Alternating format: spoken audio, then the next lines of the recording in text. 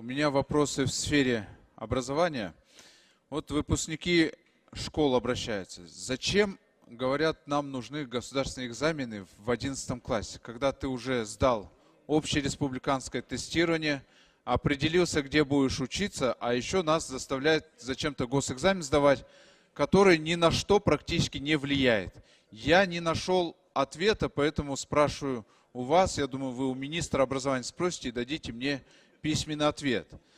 Вопрос от тех, кто заканчивает университет. Они говорят, почему нам дипломы выдают в сентябре или в октябре? Нельзя ли выдавать их в июле, когда они поступают, некоторые из них, учебные заведения за рубеж, либо хотят вылететь, трудоустроиться за рубежом, и у них нету такой возможности. Им приходится ждать, когда им напечатают этот диплом, еще они за него платят.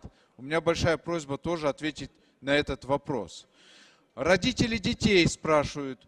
Вот мы недавно приняли закон, запрещающий собирать деньги в школах и детских садах. Это правильно. Но в том же законе об образовании написано, что родители должны софинансировать питание детей в школах и детских садах. А как этот механизм будет происходить? Расписано ли это где-то? Где написано, как родителям все-таки собирать деньги? А вдруг завтра директор школы или директор садика начнет собирать деньги на питание и скажет, нельзя, ты незаконными сборами занимаешься. Вот мы с одной стороны запрещаем, с другой стороны говорим, нет, вы должны все-таки деньги собирать. Дайте мне, покажите, где этот механизм расписан. Почему у нас вот в этой сфере проблемы? И еще вопрос.